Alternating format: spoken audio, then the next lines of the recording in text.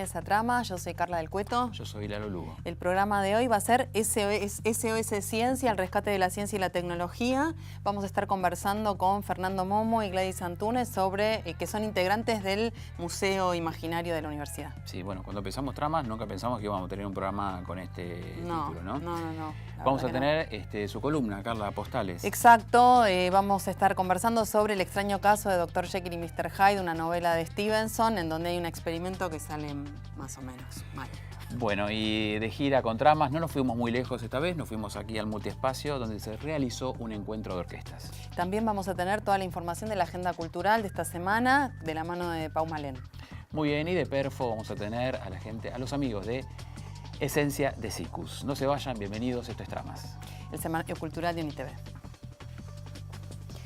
Bueno, estamos con el tema de hoy, que es el rescate de la ciencia y la tecnología, ¿no es cierto? Y al mismo tiempo vamos a estar conversando sobre la Semana de la Ciencia que va a transcurrir en esta institución, ¿no es cierto?, en la universidad. Sí, buenas semanas complejas, ¿no? Donde toda la universidad se ha movilizado conjunto con el territorio, una movilización en lo que nos compete al territorio muy importante en la Plaza de San Miguel. Entonces me parece que hay un marco Sí, la cuestión del desarrollo científico y los distintos reclamos, la situación crítica que está atravesando el sector, ¿no es cierto? Por un lado, hace 2 semanas hubo en el Congreso una manifestación de investigadores en donde se reclamaba una ley de financiamiento en ciencia y tecnología.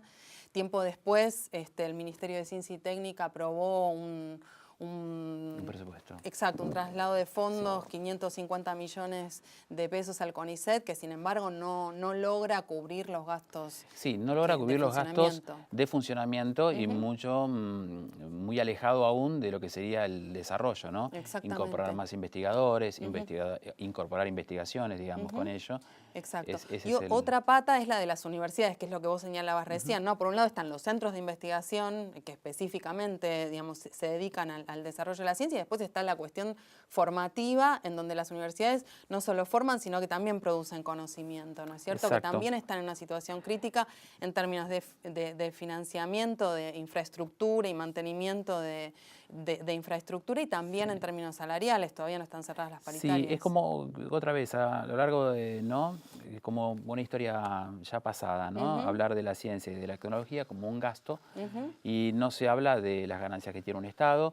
Hablábamos hace un ratito de lo que es satélite y otras ciencias, donde el Estado es inversionista y luego cuando vende los satélites o digamos, gana en la venta de esa investigación. Exacto, además la posibilidad de producir conocimiento desde estas latitudes es algo que nos merecemos y que, digamos, hay investigación que se produce, exactamente, se produce investigación de nivel, se forman investigadores de nivel, y justamente uno de los riesgos ante esta situación es la fuga de cerebros, ¿no? Muy bien, nos están haciendo seña que ha quedado un poquito larga, pero no nos queríamos ir sin antes decir las consignas. ¿Sí? No al ajuste en ciencia y tecnología, no al vaciamiento del sistema científico-tecnológico, reclamo en defensa de la ciencia pública, investigar es trabajar, como si hiciera falta aclararlo, y sin ciencia no hay futuro. Muy bien, y ahora no se vayan, vamos a ir de recorrida, como decíamos antes, al Multiespacio Cultural. Allí tuvimos un grato encuentro de orquestas que compartimos ahora con ustedes.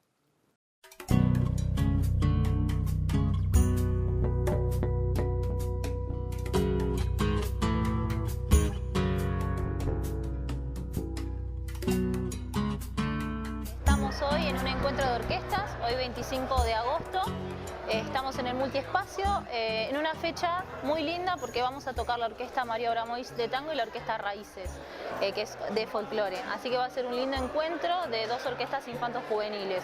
Nuestra orquesta es una orquesta de San Miguel, con alumnos de San Miguel y localidades aledañas que vienen a los centros culturales de San Miguel, hacen actividades gratuitas de distintos tipos de instrumentos, y los días sábados en el barrio de Manuelita, en la Unión de Familias Obreras, tenemos el ensayo de la orquesta de 2 de la tarde a 6 de la tarde. La Orquesta de Música Popular Raíces existe hace 11 años. Comenzó como un proyecto de extensión del Conservatorio de los Buenos Aires, ubicado en La Reja, en el Partido de Moreno. Y bueno, este grupo que venimos hoy es una parte reducida de la orquesta que actualmente tiene 3 sedes en Moreno. Entre todas las 3 sedes suman más de 150 chicos. Lo que siempre decimos es que la música es una excusa, en realidad. Que lo que más nos interesa es el laburo social, es el laburo de que los pibes puedan comunicarse, puedan estar juntos, puedan escucharse, puedan aprender a hacer silencio para escuchar al otro. A diferencia de todas las demás orquestas escuelas, la nuestra tiene instrumentos autóctonos. Tenemos un proyecto integrador con lo que es la escuela, ¿no es cierto? Entonces es importante que hayan accedido chicos que estaban en peligro de dejar la escuela, y nosotros con el trabajo, digamos, de la orquesta se ha recuperado todo esto, ¿no? Entonces se los alienta obviamente y se los impulsa para que avancen con sus etapas escolares al mismo tiempo que la música. Han crecido los primeros alumnos y ahora son multiplicadores. Ellos les dan clase a los más pequeños. La integración, la importancia es la integración y darle la posibilidad a los chicos de las escuelas públicas para que accedan a este tipo de actividad.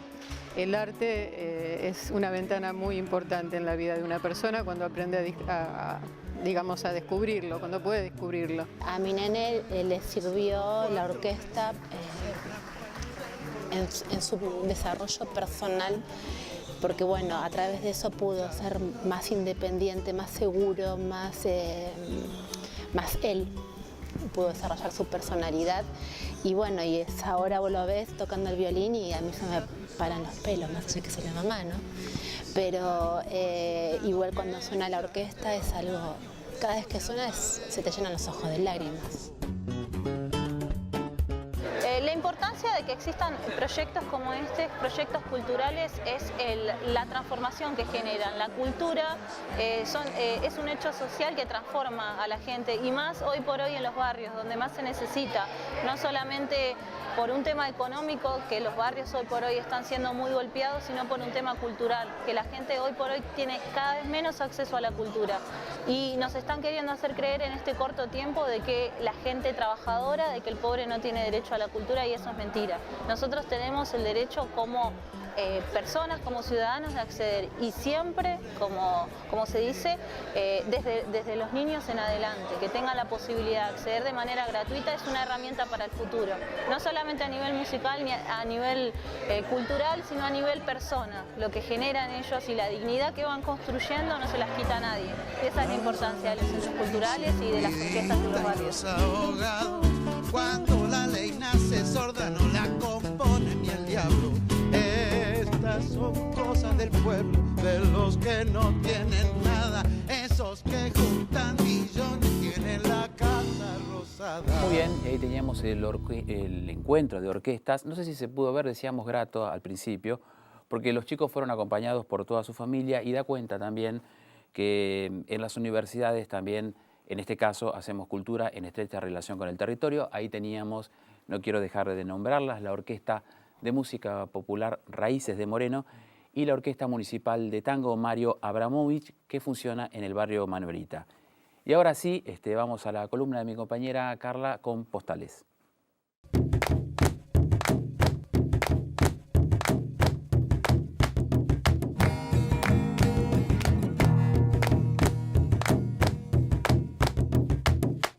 Hoy vamos a hablar sobre la novela de Stevenson de 1886, El extraño caso de Dr. Jekyll y Mr. Hyde, o El Dr. Jekyll y Mr. Hyde. Hay títulos cambiantes, pero lo cierto es que es una historia muy clásica, es una novela muy reconocida, que trata sobre la historia de un científico que realiza un experimento que le sale bastante mal. Esta novela fue llevada al teatro, fue llevada al cine también, tiene muchísimas versiones, muchísimas transposiciones que van desde el blaxploitation al cine condicionado, cine de animación. en donde, digamos, lo que sucede con el tema de la novela es que habla sobre el doble, ¿no? Sobre esta misión o esta propuesta, estos experimentos que hacía el Dr. Jekyll, en donde quería separar la parte buena de la parte mala del alma, ¿no? Que es un tema, un motivo que recorre la cultura desde hace siglos prácticamente, ¿sí? Entonces, en cierta medida el potencial y por qué esta novela tiene tantas transposiciones, tantas versiones, en parte tiene que ver con que justamente trabaja sobre un tema que inquieta a la humanidad, podemos decir, ¿no? En donde, por un lado, es el bien y el mal, pero también es la civilización y la barbarie, el peligro de la regresión, ¿no es cierto? En las descripciones que hay sobre Mr. Hyde en la novela es la historia de un científico que realiza un experimento para dividir el lado bueno del mal, del lado malo, experimenta con una droga y se convierte en otro personaje, ¿no? En el señor Hyde. Entonces, ¿qué? No, estaban viendo las imágenes. Exacto, entonces hay algo que también podemos ver en las imágenes de esta película de Mamoulian, en donde el protagonista es Frederick March, que una vez convertido en Hyde es... hay ahí una imagen de regresión. De hecho, el director dice que buscaba recrear la imagen del hombre de Neandertal, ¿sí? Entonces, es el mal, pero también es la regresión. Y hay algo interesante en las distintas, en cómo se postula la novela, que, de alguna manera se plantea como un relato policial, en donde hay un enigma que se resuelve sobre el final, ¿sí? En algunas películas, en la que estamos viendo justamente, lo que hay es un trabajo sobre el argumento que la convierte en una película de terror, ¿sí? Que se estrenó en la misma época que Drácula y que Frankenstein. Frankenstein, que es otra historia en donde la ciencia se enfrenta con peligros que ella misma genera, ¿no? Como ocurre también con esta novela de Stevenson. Tenemos la novela que es de edición de la UNS. Exactamente, es una muy linda edición que tenemos acá en la universidad, así que también recomendamos que se acerquen. Exactamente, a la librería y está allí cerquita de la entrada. ¿Cuántos efectos? Yo me quedaba mirando. Sí, cámara subjetiva, 360 grados, sobreimpresión. Es una joyita la película también. Muy bien, qué técnica que está en sus análisis. Bueno, no se vayan, ya llegaron Fernando Momo y Gladys Antunes, responsables del Museo Imaginario de aquí de la universidad, para charlar con nosotros sobre la Semana de la Ciencia.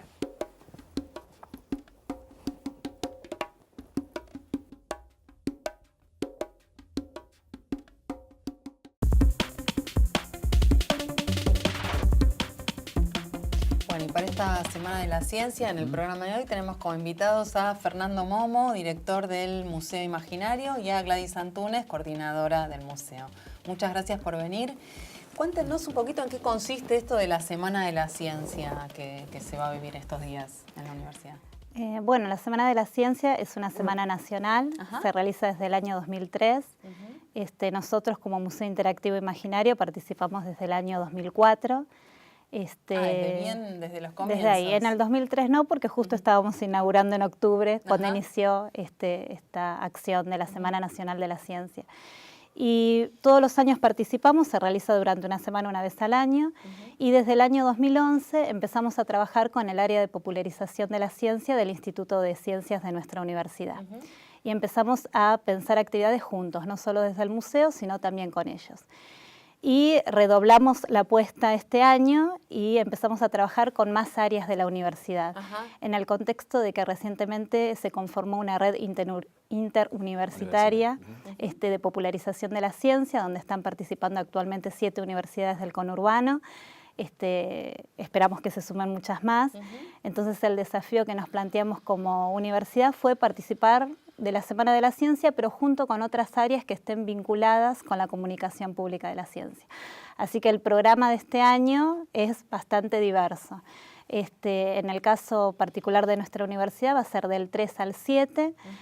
Hay actividades que se despliegan en las visitas guiadas del Museo Imaginario con talleres conducidos por investigadores de nuestra universidad. Hay otros talleres que son más específicos para docentes o para estudiantes de carreras de profesorado. Tenemos una mateada científica, que es un ciclo que ya la gente... Es un ciclo que se viene dando durante todo el año, ¿no? Durante todo el año, durante todos los meses, pero lo hacemos también en el contexto de la Semana de la Ciencia. Se toma mate también, ¿no? Digamos, obviamente. Estamos en relación ahí. Se habla de mate. ciencia, se toma mate, se comen unas ricas galletitas, digamos. Si no, no sería una mateada científica. Y Imaginario al aire libre, también tenemos una propuesta que es Va algo... a haber algo en la Plaza San Miguel, ¿no? Cambiamos el lugar, en esta ocasión lo vamos a hacer en el campus, un poco también por el contexto en el cual nos encontramos.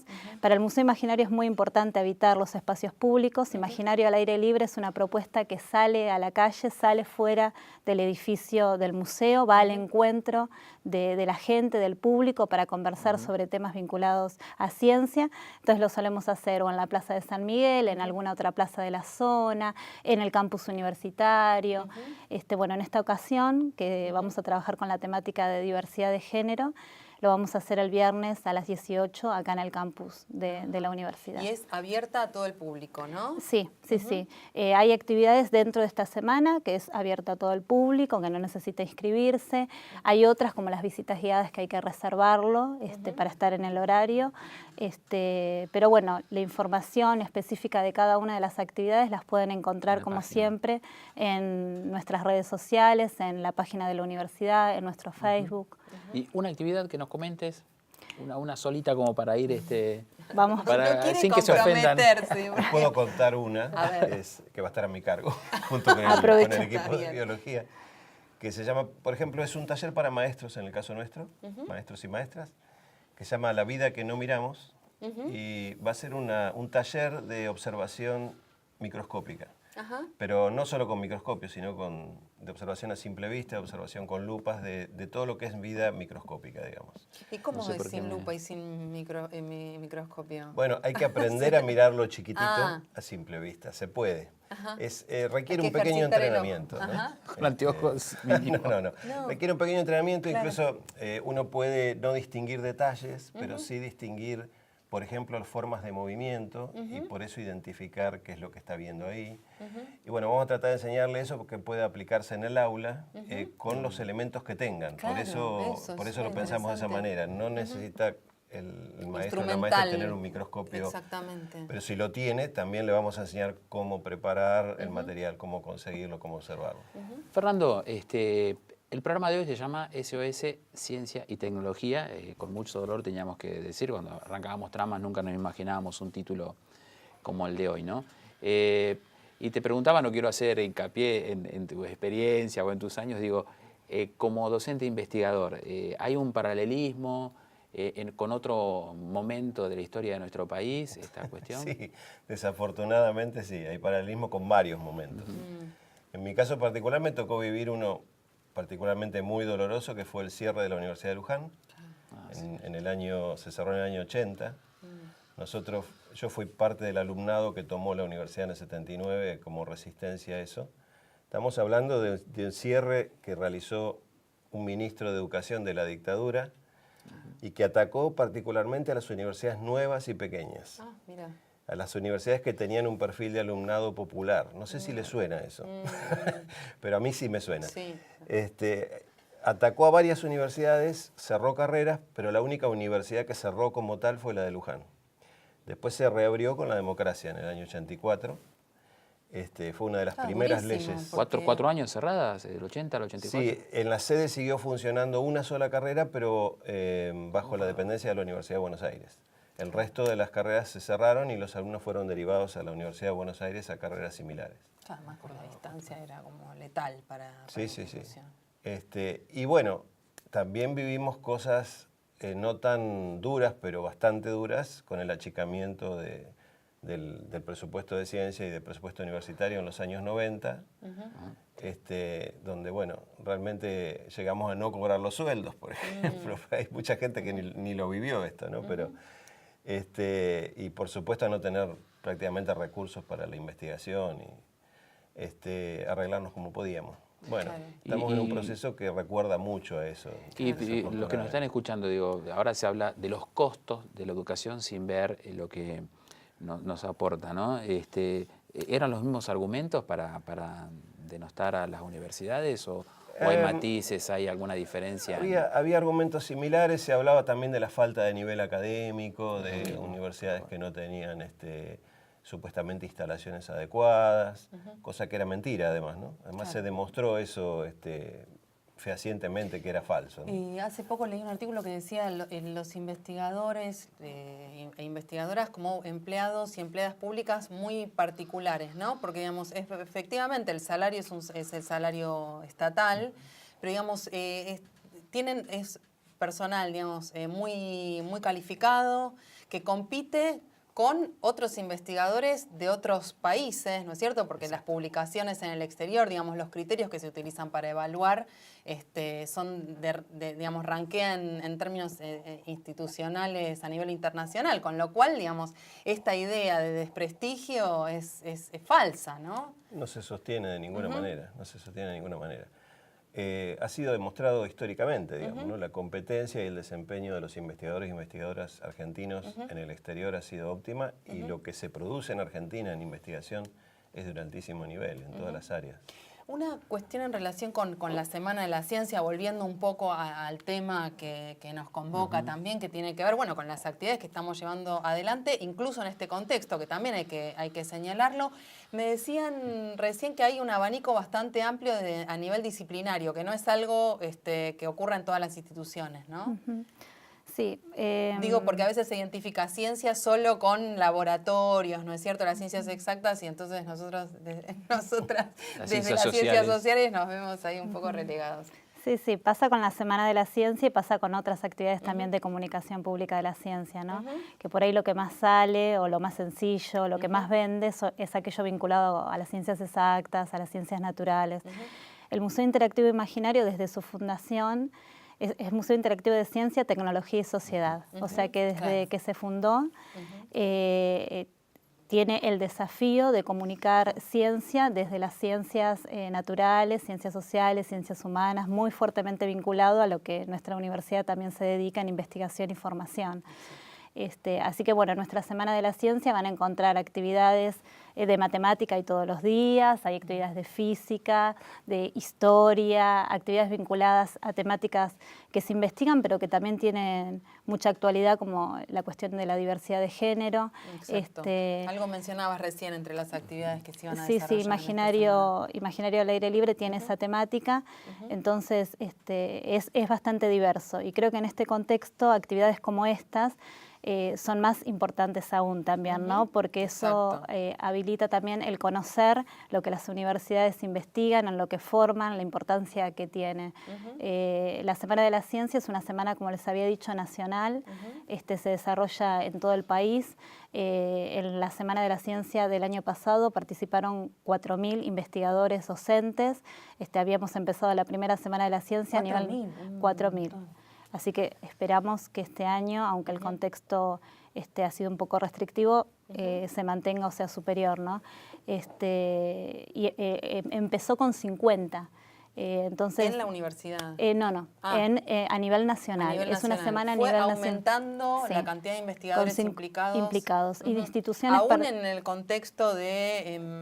Hubo pequeñas fluctuaciones el año pasado, pero digamos han sido en general, si lo mirás, de crecimiento. Las instituciones siguen comprometidas, digamos. Y más instituciones aún, porque se empezó con un contexto de 60 instituciones participantes. No solo participan universidades, no solo participan instituciones estatales, sino todas aquellas vinculadas con ciencia, que realizan actividades de comunicación.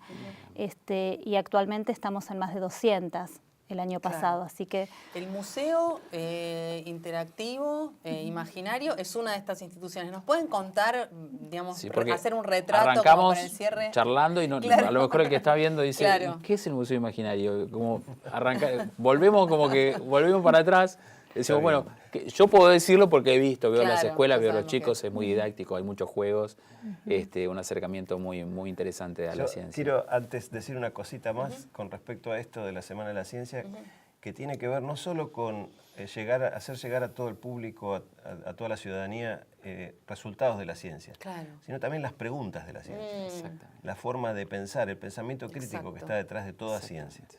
Y en eso venimos trabajando en el museo, viene trabajando el museo desde su fundación, ¿no es cierto, Gladys?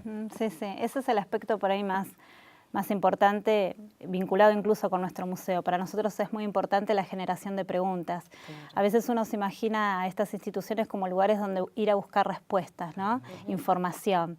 En un contexto actual donde la información la tenemos en la mano, en el celular, digamos, ¿no? Entonces nosotros como museo pretendemos aportar en esta línea que dice Fernando, ¿no? A la generación de un pensamiento crítico, a la formulación de preguntas. El museo despliega muchísimas actividades, quizás las más conocidas porque son desde el inicio, tienen que ver con las visitas guiadas en las salas interactivas del museo. Es un museo que no tiene características tradicionales patrimoniales, o sea, lo que uno se encuentra son dispositivos interactivos que invitan a jugar un rato. Tenemos talleres, tenemos el ciclo de materias científicas que son conversaciones con investigadores de nuestra universidad o de otras instituciones. Tenemos acciones en la calle como Imaginario al aire libre. Tenemos Imaginario va al espacio, que gusta mucho porque es observación del cielo con telescopios. Va a haber también la semana que viene. Bien, anotémonos Así que desplegamos diversas acciones. acciones. Nos están tenemos diciendo, muchas ganas, nos preguntamos queremos al museo y empezó la lista y está muy bueno que así sea. Muchísimas gracias, la verdad súper interesante. Gracias a Exacto. No, solo insistirles que vayan a las páginas, que se acerquen a la información, que vayan, que revisen, hay fotos muy interesantes. Que vengan a la Semana de la Ciencia. Que dan cuenta de esto, así que no se vayan. Muchas gracias, Fernando, Gladys. Gracias a ustedes. Sigan con nosotros en Tramas.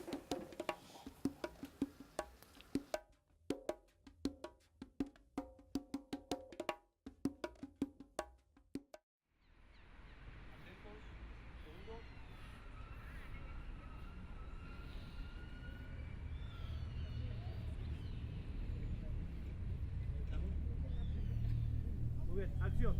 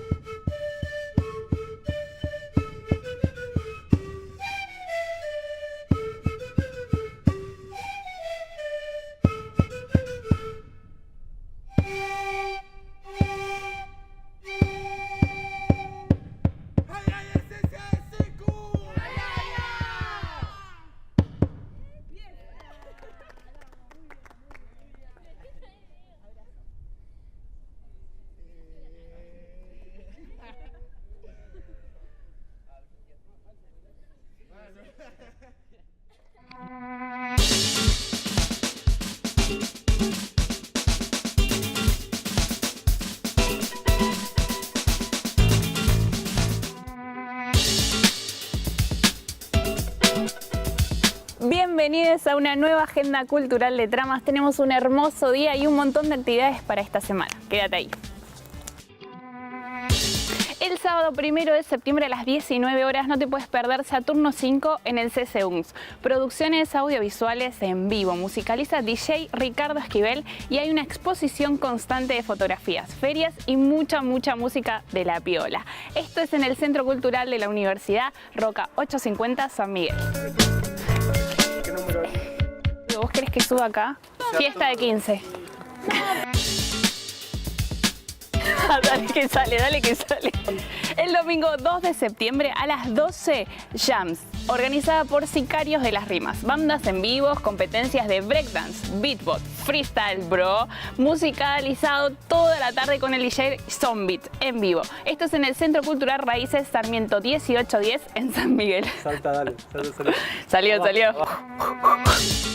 El viernes 7 de septiembre a las 19 horas no te puedes perder el concierto de Florencia Dávalos junto a Pepe Luna en guitarra. Una excelente intérprete de la música folclórica argentina, hija del poeta Jaime Dávalos, un artista con grandes logros. Entre ellos, en el 2013 recibe los premios Gardel en los rubros Mejor Álbum de Artista Femenina de Folclore y Mejor Álbum de la Nueva Artista Femenina de Folclore. Además, es docente del taller de canto de nuestra querida universidad. Esto es en el Centro Cultural de la Universidad Roca 850 San Miguel. Perfecto. Quedó. Me encanta. El sábado 8 de septiembre a las 20:30 horas, el Festival de la Resistencia Cultural. Un encuentro para seguir resistiendo junto a la Compañía Cartonera del Noroeste. Estará presente Gerardo Ataldi de Nuestro Crimen con música de hip hop urbano, danza y percusión africana y muchas actividades culturales para todos. Esto es organizado por el Instituto de Políticas Públicas Eva Duarte en Avenida Alvear 840 en Don Torcuato. Y seguimos defendiendo la cultura popular. El domingo 9 de septiembre a las 17 horas, el Festival Solidario Guitarras en Lucha. Musical en vivo de la mano de nuestro amigo y querido Willy Pérez, Eliana Piccini, Gustavo Suárez, Mercedes Mangui y muchísimos artistas más. Pintura en vivo, ferias, exposiciones de grandes artistas de la zona. Musicaliza DJ Escándalo. La entrada, recordá que son útiles escolares y o alimentos no perecederos que se van a donar a la casita de Barrio Mitre y recordá que esto es apto para todo el público. Esto es en Ilamichi Bar en Sarmiento 1618 en San Miguel. Y aprovechando que el programa de hoy es sobre ciencia, te vamos a recomendar 2 contenidos recontra repiolas para los sobrines, hijes y para todos los niñes, disponibles en la web. El primero es Cuentos con Ciencia. Se trata de un libro digital de divulgación científica para las niñas. El libro contiene 4 historias infantiles clásicas que reflejan el resultado de las investigaciones hechas en el CONICET de Córdoba. Seguimos nerdeando con la ciencia, no le tengas miedo, que ahora puedes encontrar Ciencia en Foco, Tecnología en Foco. Es un concurso de fotografía sobre innovaciones científicas y tecnológicas desarrolladas en el país.